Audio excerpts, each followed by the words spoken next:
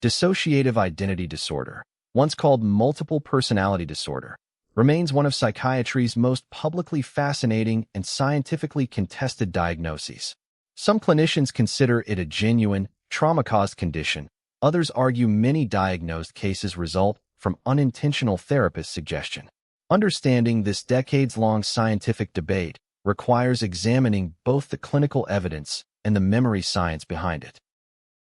Dissociative identity disorder is diagnosed when a person shows disruption of identity characterized by two or more distinct personality states, each with its own relatively enduring pattern of perceiving, relating to, and thinking about the environment and self, accompanied by recurrent gaps in recall of everyday events, personal information, or traumatic events that are inconsistent with ordinary forgetting. In clinical presentations, these distinct identity states, sometimes called alters, are reported to differ in voice, mannerisms, and sometimes even physiological measures including handedness or allergic responses. The dominant clinical trauma model of dissociative identity disorder proposes that the condition develops as an extreme protective response to severe, chronic childhood trauma, typically repeated abuse, occurring at an early developmental stage when a child's sense of unified identity is not yet fully consolidated, allowing dissociation to fragment traumatic experience across separate identity states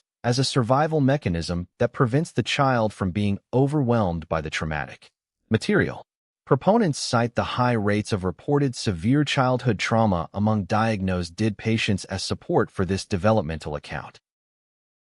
The competing sociocognitive model, associated with researchers including Nicholas Spanos, proposes that at least some, and possibly many, diagnosed cases of dissociative identity disorder are inadvertently created or substantially shaped by suggestive therapeutic techniques, including hypnosis and repeated questioning specifically probing for alternate personalities, combined with pre-existing media and cultural knowledge about what DID is supposed to look like and social reinforcement from therapists and support communities once initial alter-like behavior emerges, rather than reflecting a naturally occurring, pre-existing condition. Evidence cited in support of sociocognitive concerns includes the dramatic, well-documented historical spike in diagnosed dissociative identity disorder cases in North America, following the publication of popular books and films depicting the condition, and following the widespread clinical adoption of specific therapeutic techniques, including hypnosis,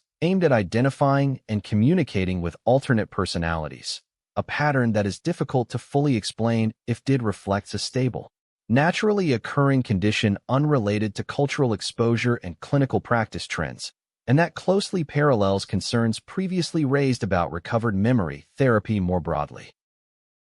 Dissociative amnesia involves an inability to recall important autobiographical information, usually of a traumatic or highly stressful nature, that is too extensive to be explained by ordinary forgetting, and that is not attributable to substance use or a neurological condition. Unlike neurological amnesia caused by brain damage, dissociative amnesia specifically affects autobiographical, personally significant memories while leaving general knowledge, skills, and the capacity to form new memories entirely intact, distinguishing it clearly from memory impairments with an identifiable organic or physical cause.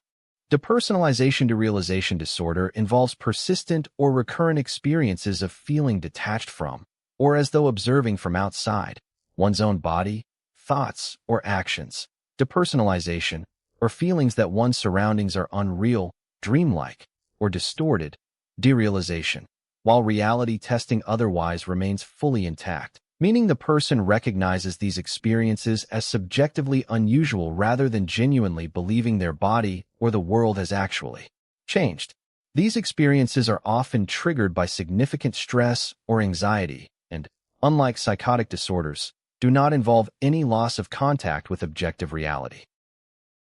Dissociative disorders occupy a genuinely contested space in clinical psychology, where legitimate trauma-related suffering coexists with real, well-documented concerns about how certain diagnoses may be shaped, or in some cases created, by the very clinical process meant to treat them. This tension illustrates why careful, evidence-based diagnostic practice matters as much as compassionate clinical care.